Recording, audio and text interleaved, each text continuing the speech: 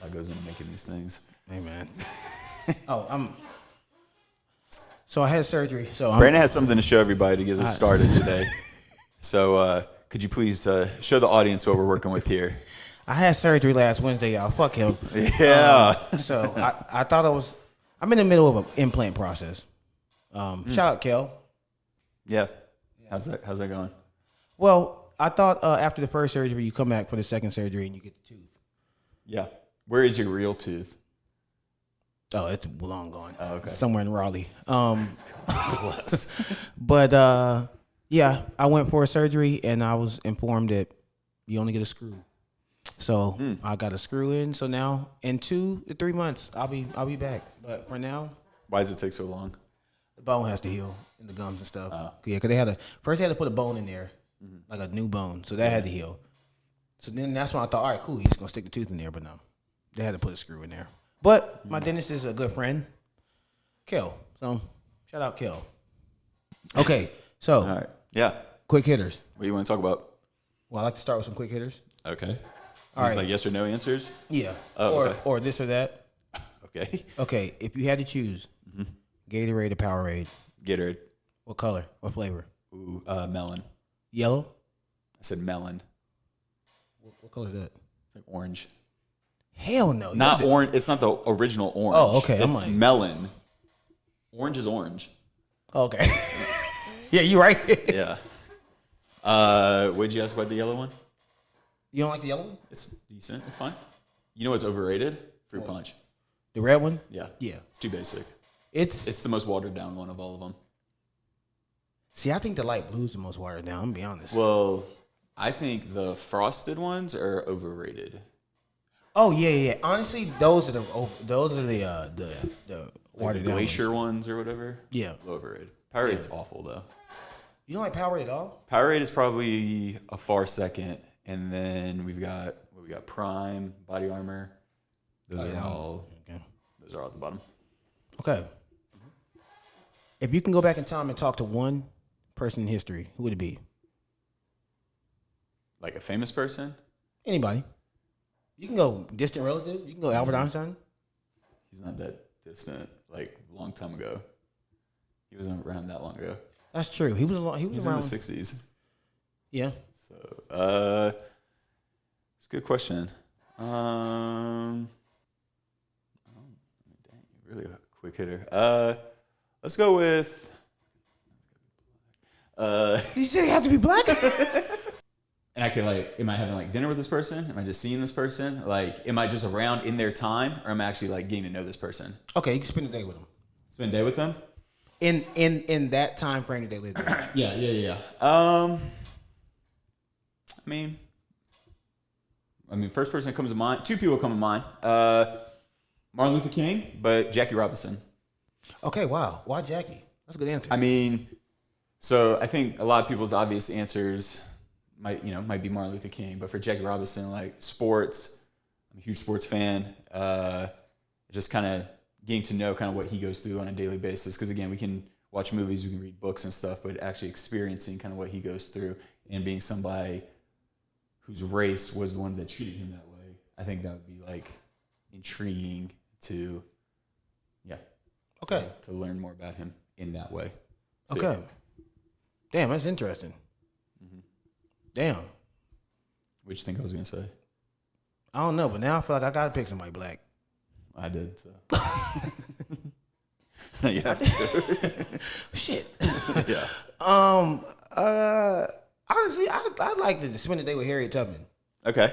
See if I can make it through the day. Was, Really make it through the night.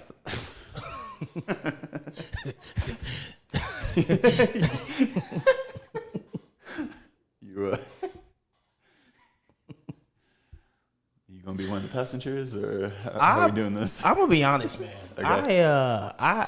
I've thought about this a lot. About if I were in that position, would I have the bravery and the courage, seriously, to leave, even though you're on a plantation. Let's say you're born into slavery. That could be all you know. And so to have someone telling you that I can take you to this place that you can't necessarily really fathom because you've never seen freedom. Because imagine if your mom and dad were born slaves That's all you know. That's all your whole family knows. Yeah. Yeah. And so I'm like, would I have the courage to leave? Well, it's not just that. It's following somebody that, again, there's no technology. So it's like you're following somebody of word of mouth that like, hey, this person can get me to X, Y, and Z. You have no way to look them up. You have no way to know anything about them. It's literally like, oh, I'm just going to follow this random person in the middle of the night who could get me there, may not. But like you said, what if you get, I mean, what they say here, something like never had anybody caught or something like that. It was like rarely. Yeah, very rare. So it's like, you know, you're trusting that, but it's like, it's all word of mouth. So yeah, it's literally. You can't go to their Instagram. Yeah, and you're not, and you got a card, and you got none of that stuff. You're just walking through the middle of the night. Yeah. That's a lot. Yeah. So I think I pick Harriet. Yeah. What was that thing I told you recently? Like, she passed away like barely 100 years ago. Yeah. It was like 1916 in the 1900s or something. Yeah, that she passed away. Which is like, that's a strange thought. I think, what'd I say? 16 years was the gap between when she passed and Martin Luther King was born. Yeah, which is incredibly. Yeah. I mean, but people think it's so distant. Like, people that look like me tend to think that slavery, things of that nature, were so long ago that, you know, you hear all the time, unfortunately, right? Like, it's why can't people get over it? Why can't people move on? Blah, blah, blah. And it's like, if you really look at it, like, it's not that long ago. And so the gap between civil rights leaders, activists, whatever you want to say, it's not that large. Again, 16 years between Harriet Tubman, one of the most known African Americans, period, probably ever, and then Martin Luther King, one of the most known African Americans ever. So, like, 16 years. It's wild. It's kind of like how like Picasso lived to like the 60s or 70s, which is. But the way they talk about these people, and it's also, I think, another thing is like when you only see pictures of people in black and white. That's a huge. I know we've talked about that a little bit, but when you only see people in black and white, you assume this picture was taken so many, hundreds of years ago or whatever. It's like, no. Yeah, and I think that's why sometimes like even like MLK, a lot of his speeches are in black and white. So then you, like you said, you get this perception that like that can kind of feel super long ago. But I think my dad was like 13 when King got assassinated. Which is weird. I mean, I learned in so for everybody that knows or doesn't know, in college, so I studied a lot of African American. Wasn't that your minor? It was my minor. Man, you were born to marry a black woman. I was, and she is black. So I in one of those classes we talked about how back then, or even now, really, a lot of TV stations and stuff are owned or ran by white people, and so they would purposely run videos of Martin Luther King and Malcolm X and people like that, and they would run those videos in black and white to give the perception that it was such a long time ago, when in reality, like I said, it wasn't that long ago. But they would do that so people would think, oh, well, this happened whatever, like hundreds of years ago, so it doesn't impact me now, or it doesn't matter now, which we know it does. Yeah. It's interesting how like perception really shapes reality. I think that's one thing I learn more and more every day as I get older. Not to sound like an oldie, but it's like people's perception and the way, like I think the way, especially like even if you look at how we were taught things in school, which wasn't that long ago, but the way we were taught in a certain way has dictated, I think, a large part, especially being in the South. There's just different influences that come in, and if you don't figure out things for yourself, you can end up with basically just the perception that somebody gave you. Well, I think, especially in high school, so in high school you take the normal history classes, right? But then you can also take electives, and some of the electives they offer, they're like government, African American studies, European studies, like things of that nature. And like I think, so one of the classes I took was African American studies. So obviously that whole class was dedicated to learning about not just African American history, but African history as well. Right. But I say that because in your normal history classes, I mean, I just remember we spent so much time learning about World War I and World War II, and it's like those are important, but it's like, why are we spending so much time learning about that? And then when it gets to the slavery topic or, you know, slavery topic, it's like, oh, we're going to spend like a week on that. And that's it. And we're going to keep it moving. But, you know, this World War II, we're going to have the whole semester on that thing. And it's just like, again, it's important, but it's just, there's other things that are important too. And there's other things that are still being impacted to today. And this might come off as arrogant or whatever, I guess arrogant, but like not World War II to me, or, you know, World War I, those things aren't impacting in today's society of the United States in some capacity. But like the things that happened in slavery, the things that happened in the civil rights movement, those things are still being impacted right now. Those wars were happening overseas. You know, civil rights movement was happening right here. So why do we spend so little bit of time talking about it? But those other things that don't impact us now are still being talked about. Or they're talked about longer, I guess. Yeah. So that's a good point. So, you know, some real shit. Mm-hmm. Yes. As a white man being married to a black woman, having 2 interracial kids, I love your kids. I have a folder dedicated to them. Might be It's weird. not creepy. All right. I try to send you a folder at least once a month of your my own kids. Thank you. What's it like? Like just real shit. Like, and when I say what's it like, do you feel pressures?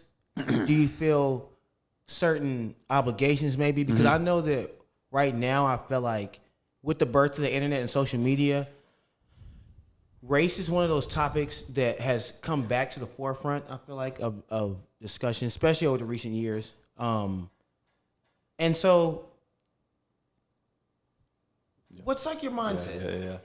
Yeah. So, again, so growing up,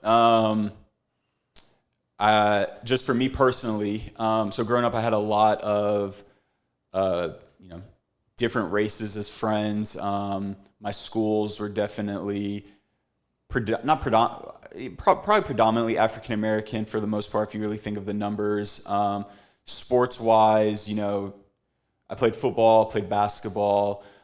Those are predominantly dominated African American sports. And I say all of that because I was definitely immersed more in that culture from an earlier age. And so naturally, if I'm around people, around those people, like the women are going to be of that race as well. And so I say that because when I got married, so my wife, Jasmine, she had never dated a white person before. And whereas for me, I had dated an African American women before. And so I say that because the things that I experienced early on, maybe like in high school or early college or whatever it was, I'd already noticed those things and gone through those. Whereas for Jasmine, it was a little different. And so, when I say those things, I mean like, you know, little stares, going to the store, questions, and just topics being brought up of like, hey, you understand, like, you know, culture wise, we're coming from very different cultures, and all of that. And so it's been a learning curve, I think, for both of us, especially being married. It's a lot different than dating.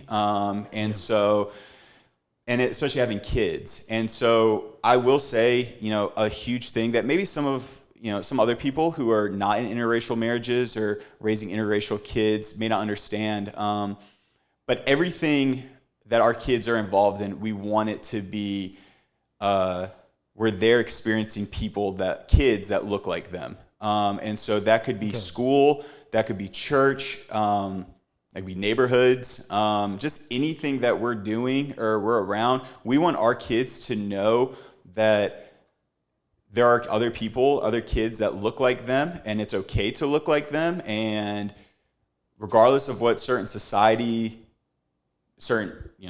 of society may say, like, they're just as valuable as somebody who looks like me, just as valuable as somebody who looks like Jasmine. And I think like that, so I think that has been good for us to be on the same page, for one. But I think it's shaped a lot of how we raise our kids. I remember one time, so my niece, she had a birthday party at this jump place, and my niece is African American. And so everybody that was there for the birthday party, besides myself and one other person, were African American. And so we're at the jump thing, and my son, he was probably three or four at the time. He's 5 now. He was jumping, and I was jumping around with him, following him. And this kid came up to me, and he was probably like in his teens, and he was white. And he came up to me and was like, "Hey, like, are you like his babysitter or whatever?" And I was like, "Nah, like, it's my son." Like, and like it kind of took him back a little bit, like took the kid back a little bit. But there's just little moments here and there of those kind of things. And it's not like when people ask those things, like I'm not like frustrated, but it is a learning moment for a lot of people. And I think a big thing is in today's society, people who look like me, they're not willing to learn. They're not willing to understand a lot of things that happen. That's not all people, obviously, but there's a lot of people who are more likely to just be set in their ways, and they're just not open to changing their ways or learning about other people, especially other races. And so I say that because, again, it's a learning moment for him, for that kid to know that, hey, like this kid, my kid, he may look more black, I guess you could say, but at the end of the day, like he has a white parent, he has a black parent, and this is what he looks like, and like that's okay. And again, it really just comes down to the kids thing. Like interracial marriage, I know your question was more about marriage-wise. I mean, I don't necessarily feel as much pressure. I don't really care if I feel any pressure. Like I don't care about what people think or anything like that. Like that doesn't impact me in any capacity. As far as my wife, I mean, I'm sure she can speak to that a little better whenever she comes by. Yo, what up, Jazz? But yeah, I mean, I don't feel pressure. And if people have something to say, like they ain't never said it to me. So like, if they do want to say it, they can. But I don't. Yeah, it's whatever. Like it's 2024. Like you still worried about white people marrying white people and black people marrying black people. Like this ain't the 50s. This ain't the 60s. Like it's 2024. Like give it the times. So Give it the times. Okay, so what do you think? Like, because I like how you alluded to, things being like learning moments. So was there like a point where you kind of realized like, wow, these are all learning moments, or were you just kind of like that from the start? You know what I'm saying? Like was there like a build up for me? Yeah, like learning moments for me. Yeah, I mean, there's definitely been moments that I have either said the wrong thing or worded it in a certain way that somebody else took offense to, that I didn't realize I said it. I said it in the wrong way, or I said it that they got offended by it, or whatever it is. So I think like, those are learning moments for me. But again, it's me saying whatever it was, them saying, hey, that was offensive. For one, it takes that person to be comfortable to say that to me, that they're offended, as opposed to not saying anything and then going back to wherever they live or whatever and being mad at me. But I never know that because they never say anything. So it takes a lot for them to say it to me. But then it takes humility on my end to hear them and incorporate that into the way I approach whatever it may be, whether it's with them or whether it's with somebody else. If I'm in another similar situation, I think those were definitely learning moments. But to answer your question, I mean, that's been going on early on. I mean, my mom used to say when I would come home from school that, like, this is like elementary school, if I was describing a new friend, for whatever reason, I never described their skin color. Like, I never came up. Like, it was very much like, he has black hair, he's funny, he has cool shoes, whatever it was, he's good at sports. It was just never like, oh, this is so-and-so and he's black, and this is so-and-so, he's brown skinned, or whatever it was. Like, I just never used that. And I don't think it was like on purpose. Like, it's embedded in you? It's just embedded in me. Yeah, because I met your mom, pleasant woman. One of the most pleasant people I've ever met. Hard working. She is hardworking. As hell. Sorry, I'm just trying to get comfortable.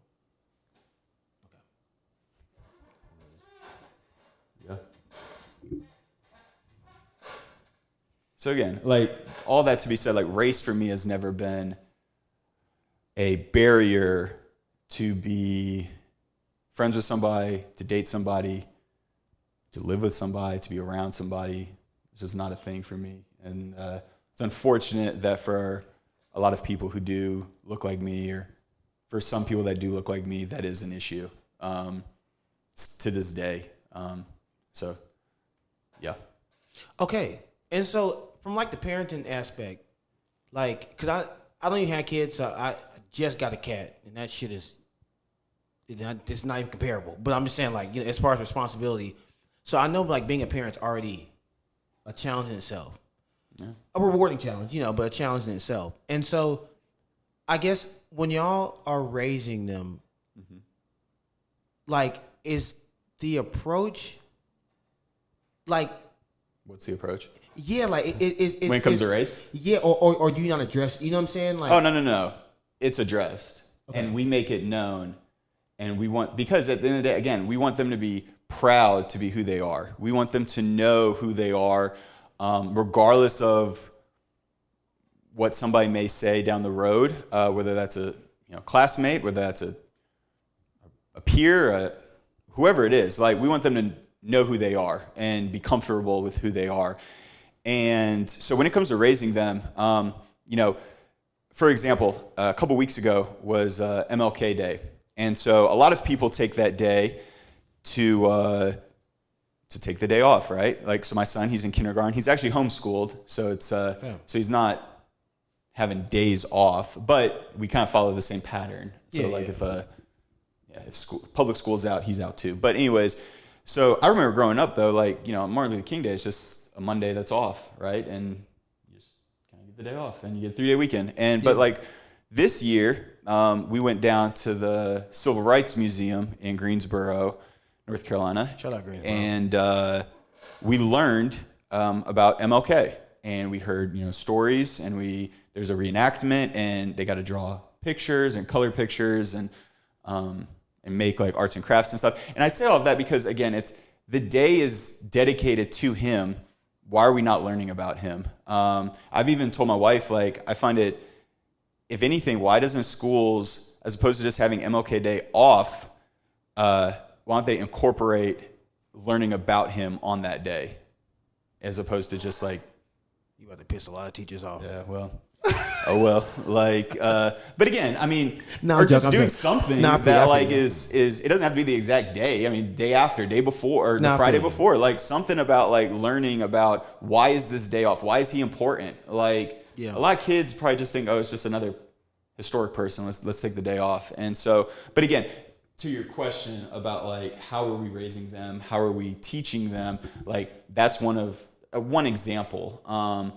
We can get into, I'm sure you want to bring up this topic in some capacity. We let our kids know that Jesus is not a white dude with long hair and blue eyes. Like, damn, he's brown skinned. And I mean, that's something we've let them know from the beginning though. And so it's like, we don't want to give false ideas of who people are. We don't give false ideas of who they are, and sugarcoat things. I think it's always better if you're learning something, to go headfirst into it, and you're going to have bumps along the way, but you're going to come out the other end a lot more prepared for whatever it holds, and that includes what the world has for them. So, yeah.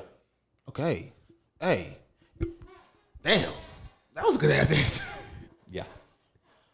Wow. Yo. The Jesus part is interesting. I bet it is. Nah, for real, sure because like, once again, I'm not a parent, you know what I'm saying? And so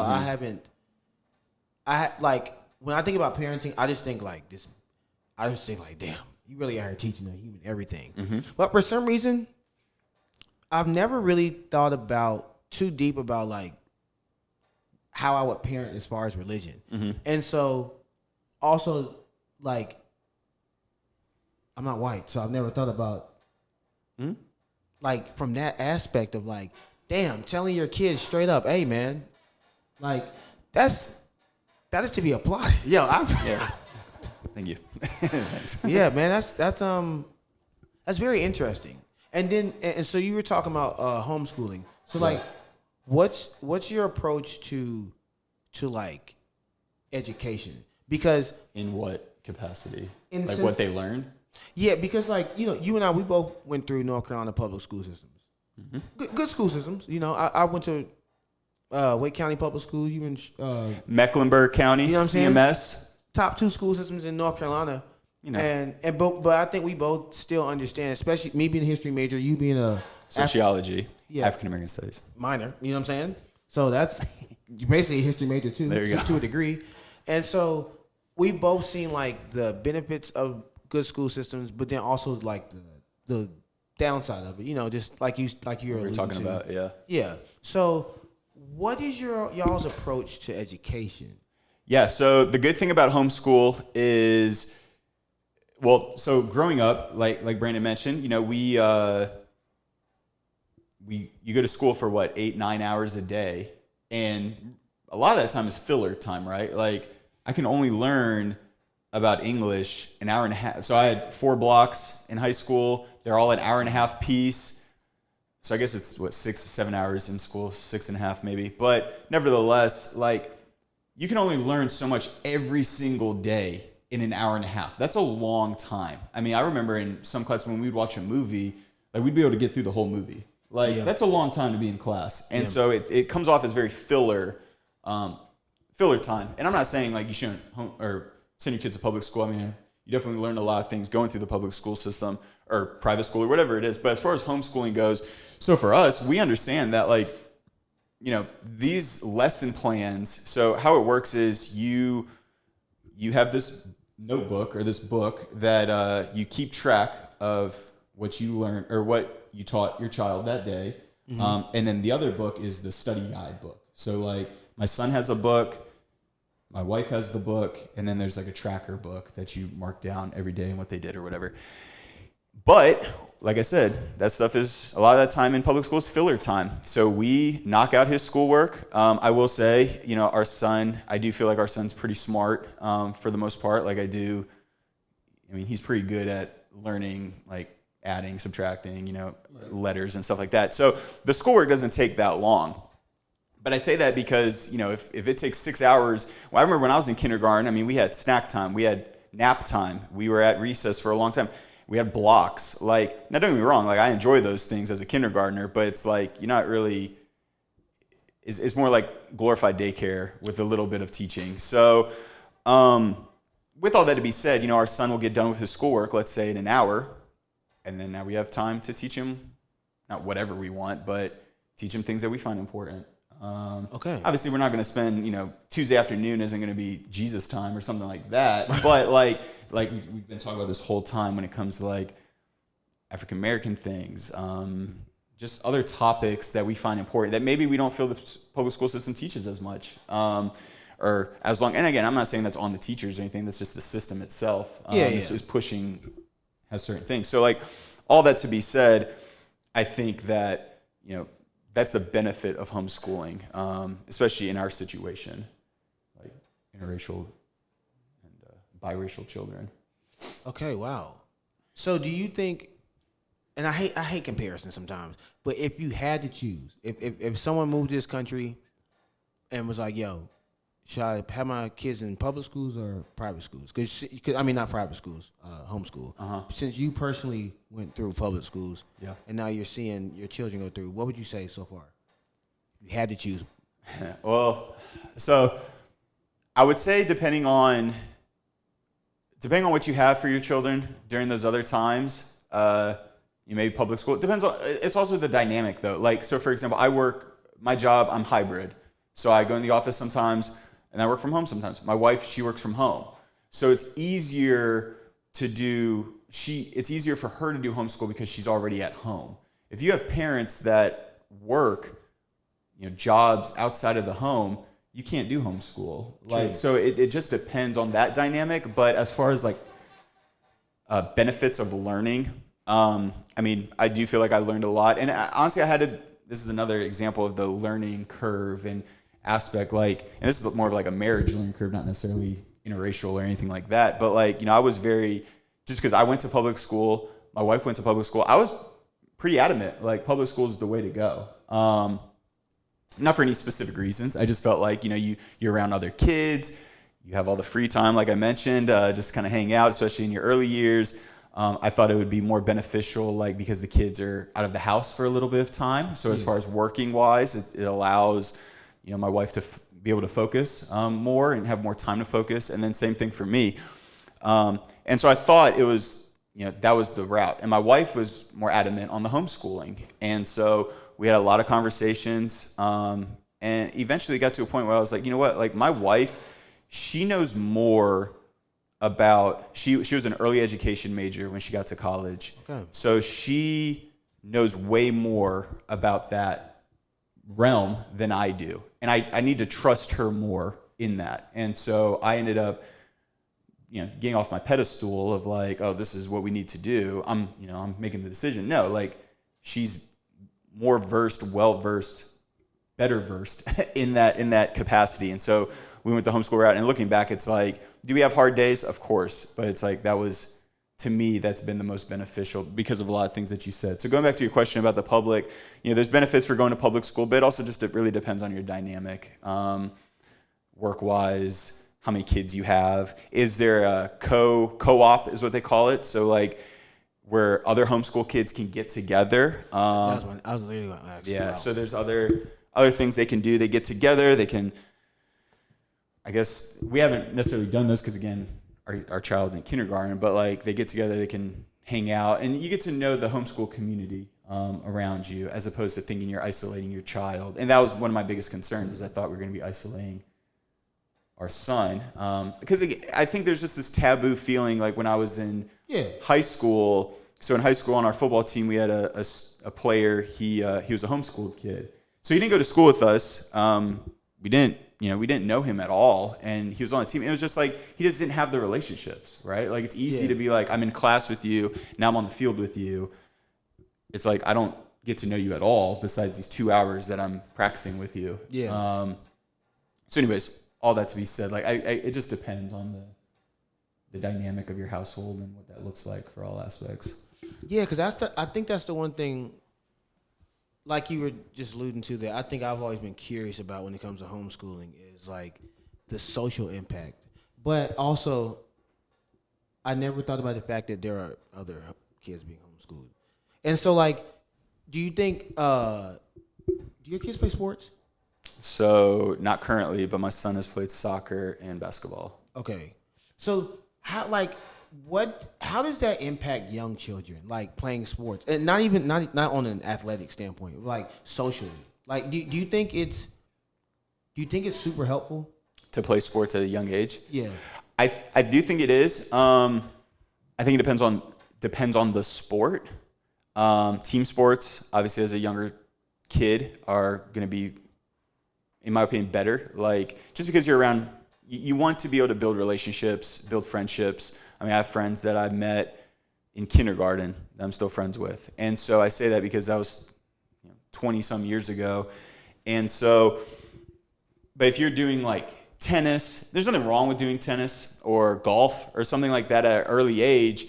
It's just hard because those are predominantly one-person sports. Like you may, in tennis, you're playing against one other person, but in golfing, you're in a group of 3 to 4 people, but that's literally the only people you're with the whole time, the whole day. Yeah. But if you're playing team sports, regardless if you're good at the sport or not, you're just around other kids that maybe, again, like if you're in a public school, I think about like in middle school and high school, right? You have your sports teams that you're on, but you also have your AAU teams that you're on. Yeah, and these AAU teams are kids from other schools. So now you get to know all of those kids, and then you can make relationships at those schools through those kids. Whereas if you're only playing sports, at your school, or whatever it is, I mean, you have just more opportunities to build relationships, especially like we talk about as a homeschool situation. Yeah. There's not as many opportunities. If you're in public school, you're in school all day. So and so their classrooms, there's a lot more kids. And so if you're playing sports, like you're just around a lot of other kids that maybe you weren't necessarily going to be around if you didn't play sports. So. Okay. Dang, I just had another question. Damn, this is a good conversation. Damn, what was I gonna ask? It's okay. We'll edit all this out. Yeah, like the beginning part about kid. Yeah, you edit that part out. Oh, okay. Because I can start talking too if you want me to. And we won't edit that out about you. Oh no. There's no need to go there. Damn. Okay, it's okay. We were talking about race. We were talking about kids. Yeah, it had something to do with Jesus. not sport. It was around. It had something to do with homeschooling. It's okay though. I mean, but the other thing about homeschooling is, we have a backyard. It's a fenced-in backyard. You go outside and play in the backyard, and we don't have to be worried about. And again, kids can get hurt at home. They can get hurt anywhere, but we don't have to be as worried. You see all these videos of bus accidents. You see these videos of kids hurting themselves at school, because for whatever reason they were not being as supervised. Because one parent or one teacher taking care of 20 plus kids, that's a lot. As a former teacher, I'm sure you understand, especially when those kids are your size. Wow. I'm sure they understand. Oh, okay. Wow, you snuck that one in there. That was funny. Yeah. My smallest class was 39. So one, maybe two, a teacher and teacher assistant for 39 kids. Let's say on average 20 to 25 kids. That's hard. Whereas at home, it's me, my wife, my son, and my daughter. So it's 4 people. And it's a little easier to manage. Now, again, we do feel our kids probably need a little bit of space from each other. So if they're doing school together, if you're in public school, you're in another school, they're in different classrooms. So they're not with each other all day. But I do think they've built a great bond so far. They're 5 and 3, so they've built a great bond together. Again, some days, some conversations are easier than others, but we've definitely they've built a great relationship so far. Whereas I know a lot of younger siblings don't necessarily have that, or they get to that stage that right when they start school that they kind of, when you're really little, you're really close, kids wise, siblings. Then you get to that middle school, and it's middle school, high school, it's I don't want to deal with them. And then you get to grown ups and you bring it back, and you're now you're closer with them. So, yeah. Okay. I remember my question too, because you kind of hit on it. So, how does the process work of testing? You know what I'm saying, that kind of thing. How is it? Well, they're in kindergarten, so there's no testing. How do they is it through the state? You know what I'm saying? Yeah, so you have to register to be homeschooled. Pretty sure you have to get registered. My wife had to get registered to be a homeschool teacher. They're just not going to let anybody be a homeschool teacher. Right. So does that require testing and, you know what I'm saying? So I don't necessarily know the answer. Again, they're not just going to let anybody, Joe Schmo, be hey, I want to be a homeschooled parent or teacher. So I have no education whatsoever on teaching. So give me the book and I'll run these kids, because then the kids are set up for failure. So I'm sure that I don't know the exact answer. I didn't have to take any of it. I'm pretty sure my wife is technically the teacher, and then I kind of jump in when it comes to recess. Oh, so you're the gym PE class. Teacher. You're the PE teacher, okay? Yeah, those things.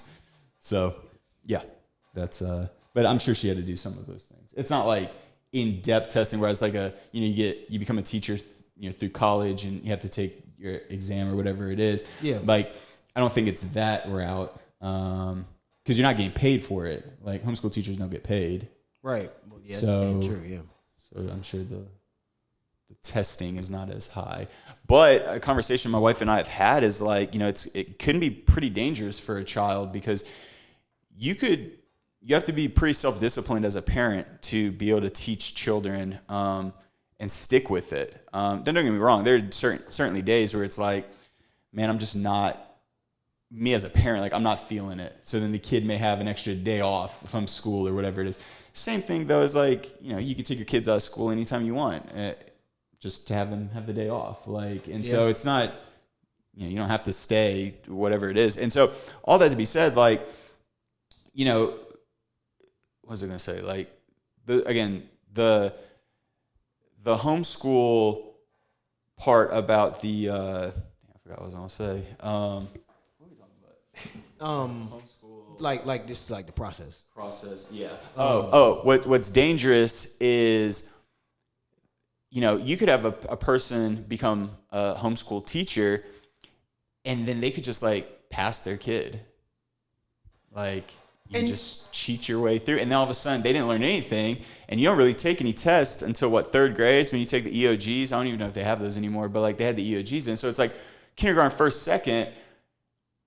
I mean, how much are you learning? That's up for interpretation, but it's like you're learning nothing. You could just be marking down stuff that they learned all this stuff, and then you get into third grade when they have to take these kind of tests, and it's like they're not passing them, and it's like, why are they not passing them? Oh, well, because they were watching TV all day, they're watching their tablets all day, like.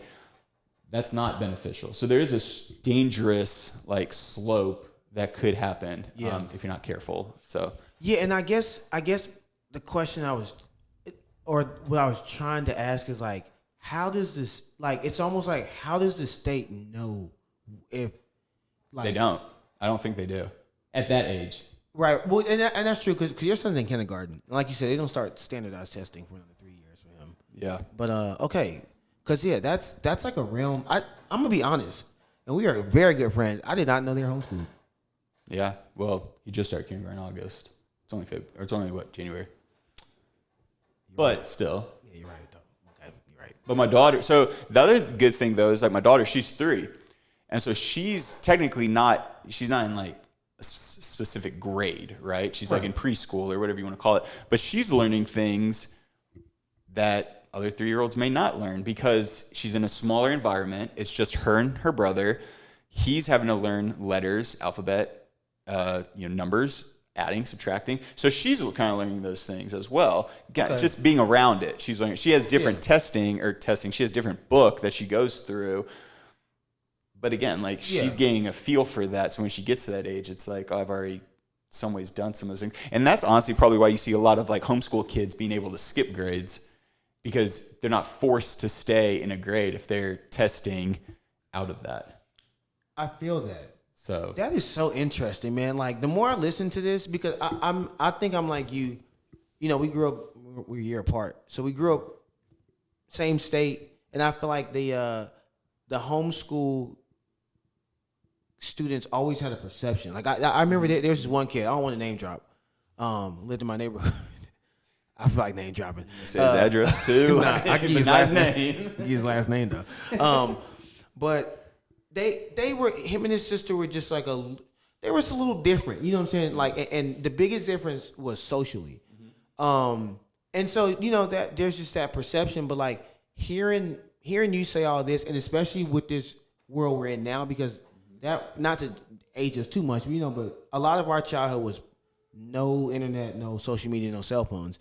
And so it makes me wonder, man, damn, whenever I have kids, God willing, if homeschooling would be a route. Because it's so funny. Honestly, when I think about school, I kind of forget that homeschool's a thing. Like I think about private schools, is it like Montessori school? Yeah. Did y'all consider that? I'm sorry. This is like a damn parenting seminar. I don't even know what they do there, so I don't know. Okay, I feel like I just be thinking like that'd be like Hogwarts shit. I don't know. Oh no, I don't know. I don't think there's any wizards out there, so I don't think they were doing that. I don't know what they do there, so no, I feel you. I really don't. But yeah, I mean, there's so many. Like one of my best friends, his son goes to a charter school. Pretty sure it's charter school, and so his son, he has he has a different experience than the homeschool, but then he has also a different experience than the public school. And I don't think any of them are quote unquote better than the other. And you get benefits from all of them. But I think it's cool that nowadays, for one, the charters, the privates, whatever you want to call it, they're not as taboo. And there's so many more opportunities because back in the day, it was like, if you go to a charter, you go to a private school, like you have money. Like, I'm sorry. Well, depending on the private school, but like in Charlotte, like, private schools school are like, but charter school. Well, I mean, there's only one charter school near my. See, my perception of charter school back in the day, and maybe because my mom taught it one that flopped in Durham. God bless Turning Point Academy, but it's called Turning Point. But No. I always thought charter school for like, man. Okay, so That I was my always think of like charter schools and alternative schools. Those are two different things. Okay, see. So a charter school, to me, a charter school was not a bad school. Just like you had to apply to get in. Like whereas a public school, you don't have to apply. You just share your address and you get in, right? But an alternative school is for a school that kids go to that are essentially kicked out of their school. So it's like school for bad kids. So they all go to that school. So that's probably a little harder school to teach at. Okay, so this was your perception? That was my perception. Okay, yeah. Yeah. Okay, that's interesting. So the school I went to in kindergarten, after I left that school, went to another school from first, second, and third grade, and then another school, fourth and fifth. But after I think it was first or second grade year, the school I went to in kindergarten, that got turned into an alternative school. So anytime people ask, they're like, "Oh, where'd you go?" Not like this is a hot topic, but where'd you grow up? Where'd you go to school? And I'm like, "Oh, I went to Derrida in kindergarten." They're like, "Oh, isn't that an alternative school?" And I have to pretty much be like, "It wasn't back then." Like, if you said you went to Derrida in like 5th, 6th, 7th, 8th grade, like you probably got sent there. You didn't just choose to go there. Yeah. So yeah, I have to like pretty much make that known. But again, that was my perception. Like charter was not bad. Alternative was bad. That's so interesting. Yeah. And then you got magnet schools. You have magnet schools. I went to another school I went to got turned into a magnet school. I don't even know what that means, but like when I think magnet school, I think like, oh, it's a bunch of schoolwork and everybody got to be smart. Yeah, I could think that because they have like they'll say like math and science magnet school, and you're just like, so do they not teach the other topics? It's just all math, like I think emphasis on math and science. Yeah, but I think that's what it is. It's like the emphasis, and they probably teach a different language because the first elementary school I went to was in Greensboro. Actually, literally right there. I know where it is. Yeah, I'm telling you every time we drive past. Hey, my fault. You see how excited I was? Yeah. I've told my wife, I've told other people that know you. Oh, yeah. Brandon Brown went there. Yeah. Yeah. But right beside Grimsley. Yeah. We weren't like some magnet schools where like they get like track outs and stuff. We only got 3 weeks of summer, and we were in school the rest of the year. No. Yeah, but yeah, it's wild. We got 3 weeks off in July, and then we go back into July. Well, there's other schools that are like that, like year-round schools. Yeah. It was a year-round magnet school. Okay. Yeah, it was. And I the crazy thing is when you start at a year-round school, you don't know that everybody else gets a summer and stuff. And like we learn Japanese instead of Spanish. Can you speak Japanese for us right now? I can count to 99. We don't. That's a long time, man. Shi go roku shichi hachi kyu ju ju ichi ju ni ju son. How long is this? You literally could be saying whatever. I wouldn't know. Nah, but dead ass. Like, say whatever you want. I wouldn't know. Well, fact check that. You got really into that real quick. Like, because I've been allowed to do that lately. I remember 3 colors and 99 numbers. Oh, all right, great. Well, speaking of that, about the schools and languages, my wife just told me last week that there's a school. I think it's coming to High Point, North Carolina, and they are There's a like. Your child will be taught a second language. Like, it's not like an elective or whatever. Like, it's like a core class? It's a core class. I think it's Spanish. And so, like, parents are moving from, like, out of state to go to this school because studies show if you're bilingual, you have a lot better opportunity of getting a job, making more money at your job. You have more access to different jobs, whether it's in the United States or overseas or wherever it is. And so some parents are putting their kids in these situations where it may be hard in the beginning, right? Like some kids can barely learn English, like let alone learn Spanish. So like learning 2 languages, and then so when they come out of school, they'll be fluent in English and Spanish. Wow. So yeah, we haven't considered that, but it's just a new school that's opening up that we were learning about recently. That's so interesting. And it's in High Point. Mm-hmm. Yeah, that's where I taught, man. And Yeah. Some of them schools in High Point, man. Shout out Ferndale. Jesus. Yeah. Wow, that's impressive. Because whenever I think of bilingual, the first person I always think of is Kobe Bryant. He's bilingual. Yeah, In Italian. Yeah, and In case people didn't know. And can't he speak some Spanish? I'm sure. He was the interview in Italian, and he like gave the NBA answer, All-Star game, and he gave the answer back. Yes, like a full Italian. NBA All-Star game. Yeah, I know yeah. exactly. Yeah. RIP, man. But yeah, well, whenever I think of people who are bilingual, I automatically think your brain. You have to have a high level of intelligence. You have to. 100%. Yeah, because that's like a fast twitch muscle in the brain. That's a different type of. Well, it's that, and it's like you have to be able to not just have a conversation. Like fluent is like fluent. Like I can start talking to you in a different language right now, and like you may not know what I'm saying, but it's like I know exactly what I'm saying, and just But that's going to your point of how you have to be. Because again, in college, most people took Spanish. Some people take in high school. You take different language and stuff, and it's like just basic stuff to get you through. And if you visit a country, you get through that. But to be fluent, and that's something I've always honestly wanted to be, was fluent in another language. I just don't have the patience to learn that. Yeah, and for me, whatever it is, it's hard. Let me not say that. It sounds challenging to at this point because I feel like I'd almost have to immerse myself. Like I would love to learn Japanese. Mm-hmm. I feel like to learn it fluently at this age, I'd probably have to go to Japan and basically live there. Mm-hmm. Yeah, because Duolingo and all that, it's just not. Yeah. You can also cheat on Duolingo, but that's another thing. Who would cheat on Duolingo? I mean, so like, for me, I'm very competitive. I like to win, and so on Duolingo you have your day streaks or whatever. And so like for me, if I'd got in the 400s. You did a year plus straight on Duolingo of Spanish. So at my job, I'm over the whole Mexican market, so I go to Mexico often. So I felt like I needed to learn. You're going next week. I'm going next week. So I felt like I had to learn a little bit more learn more Spanish to be able to have some conversations. And so, anyways, I say all of that because you can get to a point where it's like, I'm learning Spanish and stuff, but it's like, man, today I'm just really tired. Like, I just don't feel up to learning. And so what you can do is you can go to the it's like a challenge thing at the bottom, and you go through a story. It's not the actual lesson. It's just like a story. And so what you can do is you can memorize the answers, and you just start clicking it. And then it counts as you did Duolingo that day. So you didn't technically learn anything. Okay. Eventually, I was like, this is not it. So I just stopped. I learned what I needed to learn. Got out. So, yeah. Okay.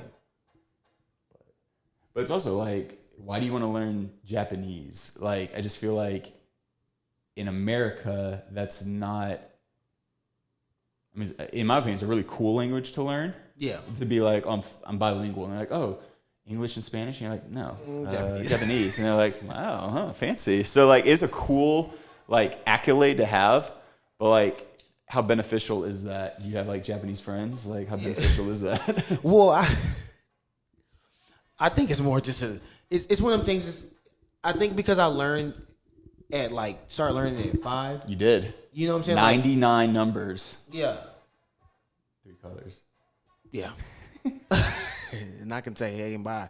But it's like, some of your earliest memories can have like a huge impact, and so I think there's just that itch because I didn't start learning Spanish until we moved to the Raleigh area.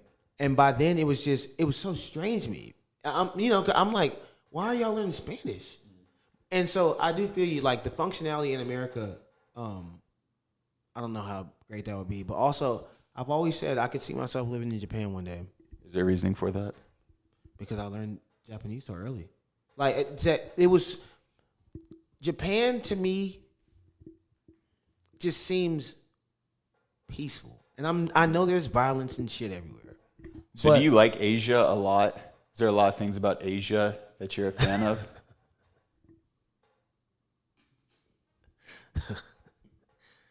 This guy. This guy's hell, man.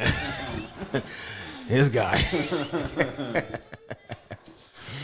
Just asking, like, I mean, you keep talking about Japanese. I know there's other areas like Korea and Crystal, I know you're watching. and other things like that. So I didn't know if like Crystal, help me. I know you're watching.